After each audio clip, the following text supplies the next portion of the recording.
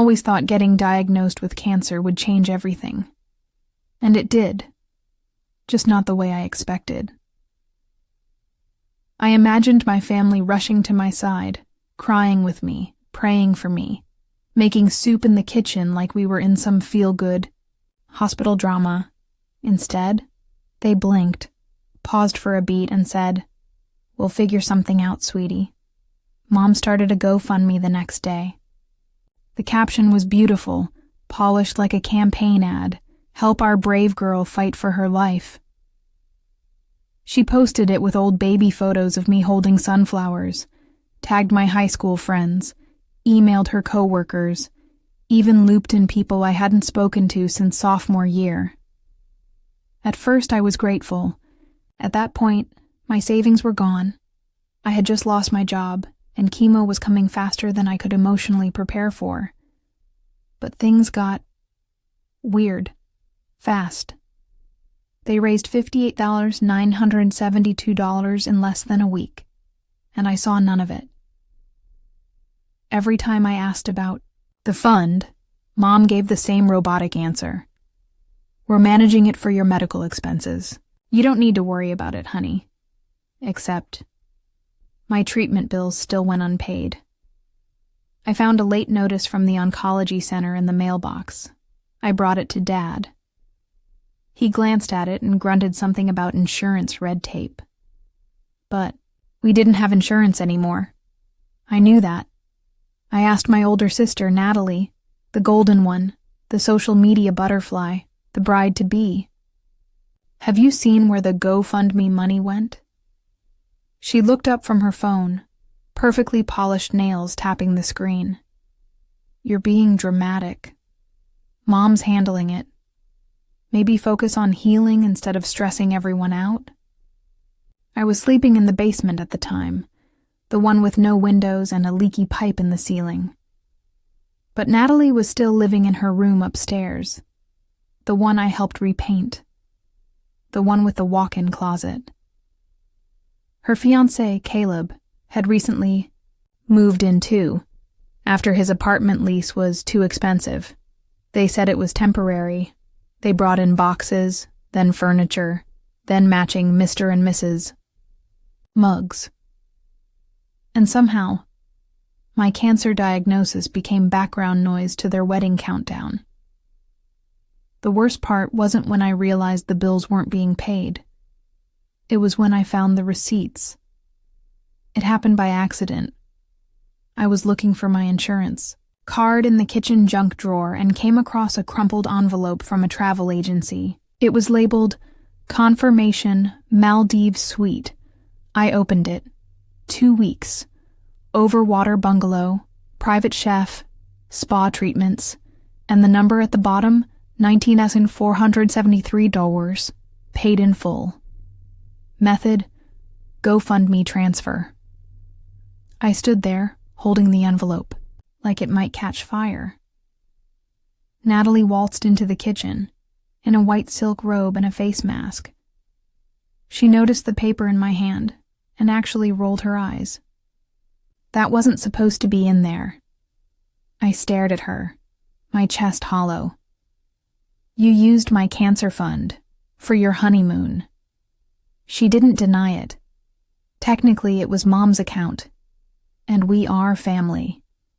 We needed something joyful. You're always so depressing lately. I think my brain shut down after that.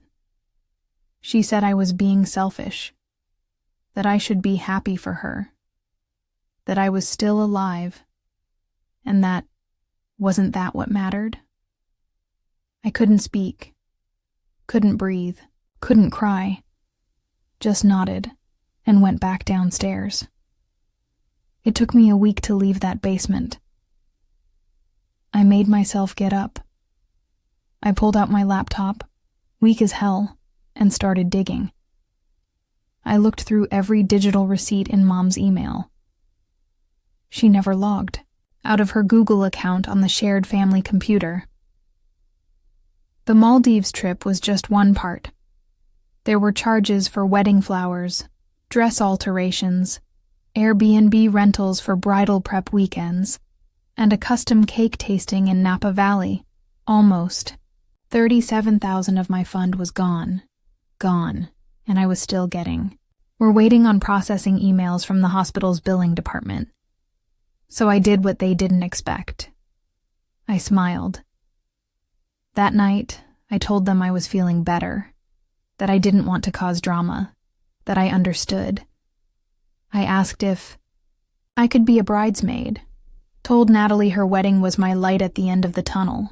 They believed me, and that's when I started planning something darker than revenge. I was going to take everything back, with interest. The hardest part wasn't the pain. It was pretending everything was fine. Every time I sat at that dinner table and listened to Natalie gush about her bachelorette trip or her bridal aesthetic, I smiled. I nodded. I asked questions, because that's what they expected from me. The grateful survivor, the good little sister who knew her place. I wore my sickness like a costume, something they could parade when convenient and ignore the rest of the time. My hair was thinning, my skin dull and bruised, but they only noticed when it suited them. "You're still coming to the wedding, right?" Natalie asked one night, licking frosting from a cake sample. "Don't be weird. You're not going to, wear your scarf in the photos, are you?" I smiled. Of course not. The quiet hours. At night, while they slept, I worked. The family computer was in the hallway alcove upstairs. I waited until the light under Mom's door disappeared. Then I crept up the stairs, sat quietly, and went digging. The GoFundMe account was still linked to Mom's Gmail. She hadn't logged out once. The browser still auto-filled her passwords like a diary begging to be read. What I found wasn't just bad. It was calculated. She had transferred the money in chunks. $5,000 here, $3,200 there, always labeled medical prep, hospital fees, transportation. None of those things had ever been paid. What had been paid? Caleb's tuxedo, Natalie's lash extensions, a $2,500 wedding content creator to make slow-motion Instagram reels. I couldn't breathe for a full minute after I saw that one.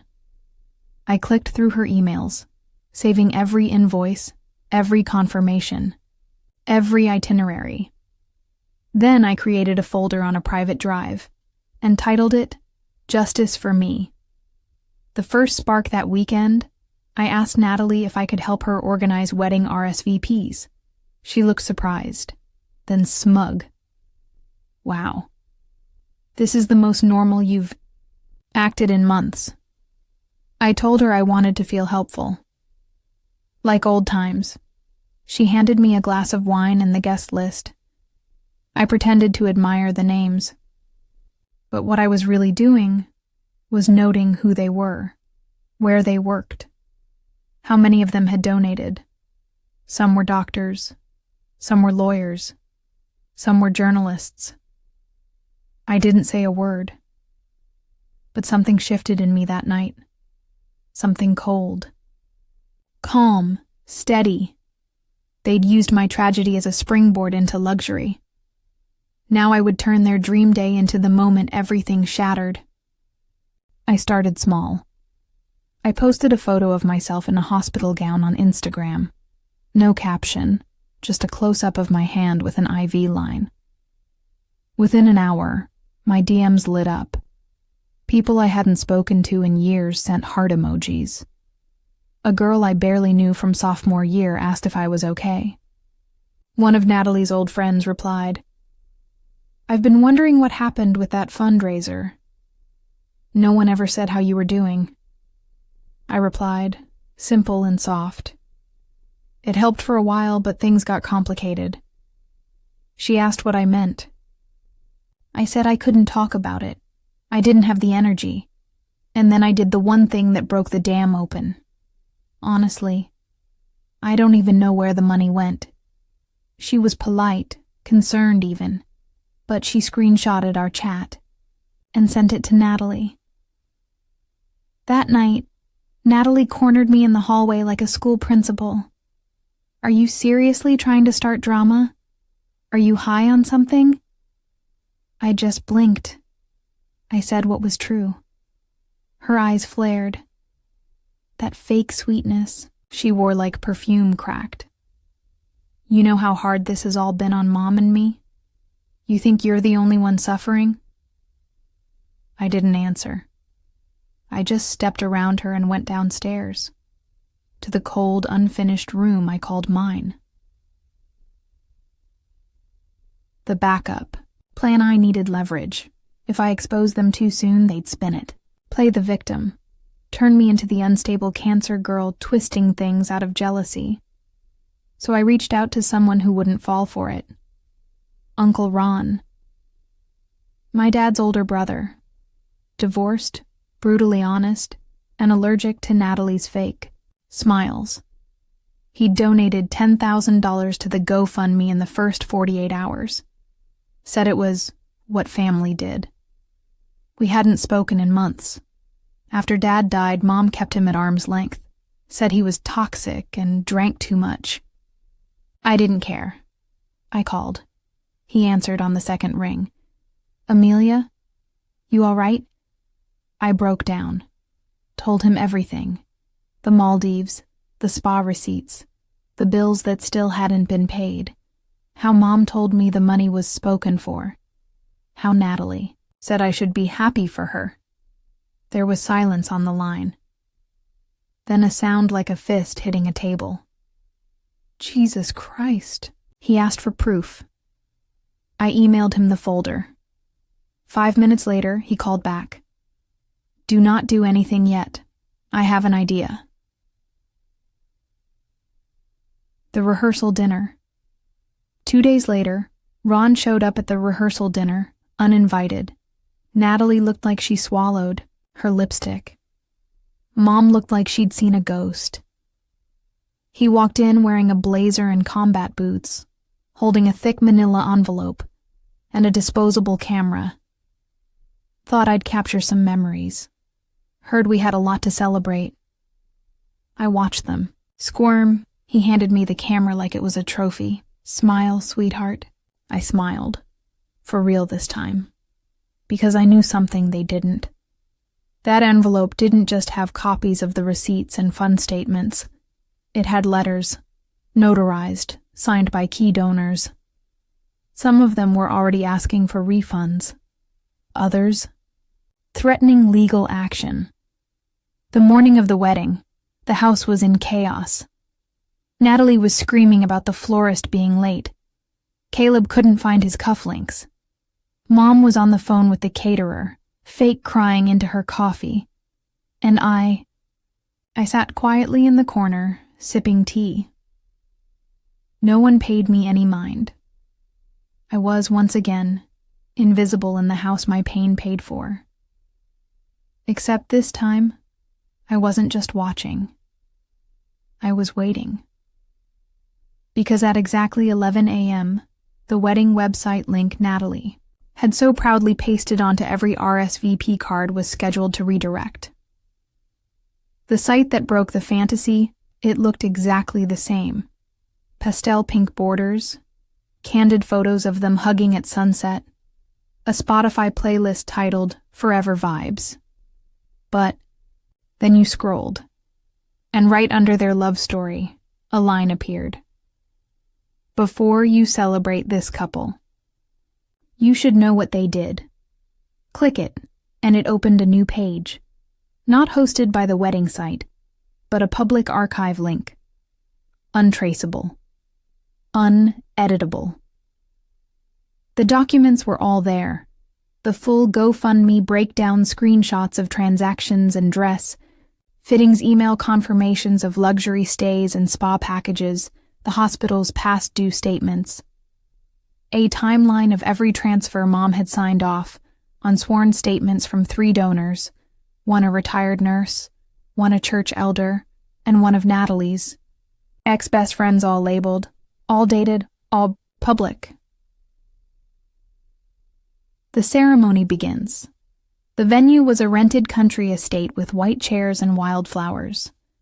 I wore the pale lavender dress Natalie picked for the bridesmaids, even though I hadn't been in any of the group texts. She told me I was on standby, like a spare part. As she walked down the aisle in her lace gown, people gasped, but not for the reasons she expected. Phones started buzzing. Hands went to pockets. One woman in the front row whispered something to her husband and stood up. Then another and another. Natalie's smile cracked mid-step. "What's happening?" she hissed at Caleb, who was checking his phone with a face drained of color. The officiant looked around, visibly confused.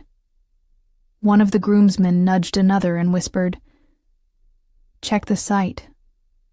Natalie stopped walking. "What site?" Then someone, I think it was Aunt Marianne, yelled, "You used Amelia's cancer fund for this?" And just like that, the fantasy shattered. The storm breaks, the guests turned. The murmurs turned into outrage. People scrolled through their phones and started walking out, some shaking their heads, some filming. Mom ran down the aisle in heels too high for the gravel path, grabbing Natalie's arm. "We need to shut it down. We can fix this. Get the Wi-Fi password from the venue." But it was too late. The site had already been shared, screenshotted, posted. I watched them argue under the arbor like dolls unraveling in real time. Uncle Ron walked up beside me, arms folded, nodding, slowly. "I didn't think it'd blow up this fast," he said. I didn't look at him. "That's because you still believe they were subtle."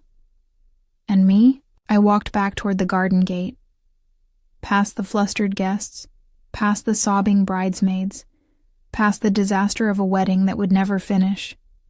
I didn't need to say a word. I had already said everything. With proof. With silence. With time. Bye.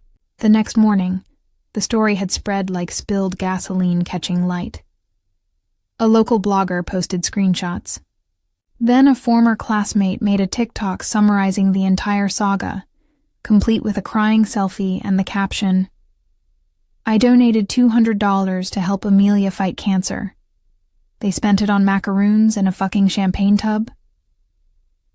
Within 48 hours, the link had made its way to Twitter. Then, Reddit. By the end of the week, my GoFundMe page, the original one, was suspended for investigation. But that didn't matter anymore, because people knew. The truth was out there, standing tall in the sunlight, and the people who tried to bury me under guilt, gaslight me into silence, and spend my suffering like it was theirs to auction, were finally exposed. The fallout Natalie tried to delete her Instagram, but it was too late. The screenshots were everywhere. From Reddit threads to expose-style YouTube videos titled, "She Stole Her Sister's Cancer Donations. Here's the Receipts." Caleb's family pulled out of the wedding funding and demanded a refund. His mother told my uncle she was disgusted. Caleb eventually deactivated his account altogether. Mom tried to blame it all on confusion, on accounting mistakes, on grief, on stress. But her story changed too many times. No one bought it. A small group of donors filed a civil complaint. 2. Threatened legal action for misappropriation, and me? I didn't speak a single word publicly. The letter that meant everything. A few weeks later, I received a package in the mail, handwritten, no return address. Inside was a note from one of the original donors, a woman named Teresa, who had lost her daughter to lymphoma the year before. Her letter was simple. I donated because I saw my daughter's strength in you. I never thought I'd be part of something so cruel. But watching you stand back up, not with rage but with precision, I want you to know, you honored her. And yourself. Inside the envelope was a check, enough to cover the remaining treatments. And then some. Finish healing, and then go do something big. I cried harder than I had through the chemo, because someone, finally, saw me not as a victim, but as someone who fought back and won. A quiet goodbye. I moved out of the house that month. Not in a storm. Not with screaming. I just packed. Box by box. Breath by breath. Uncle Ron helped me find a quiet apartment with good lighting and bad carpets. I didn't care. It was mine. Natalie tried to text me once. A long, self-pitying essay about how everything got twisted and how sorry she was if I felt hurt. I didn't reply. Instead, I blocked her number. And then, because it felt like breathing, I deleted the wedding folder from my drive. Not because I regretted it, but because I had already won. Epilogue. What they never understood, they thought they took my money. They thought they silenced me with guilt, distracted me with dresses, buried me under false gratitude. But I gave them nothing, and took everything back in return. Not with violence. Not with screaming, but with facts, with patience, with proof. Because sometimes, the best revenge is letting the truth burn loud enough for the whole world to hear it, while you walk away, untouched by the flames.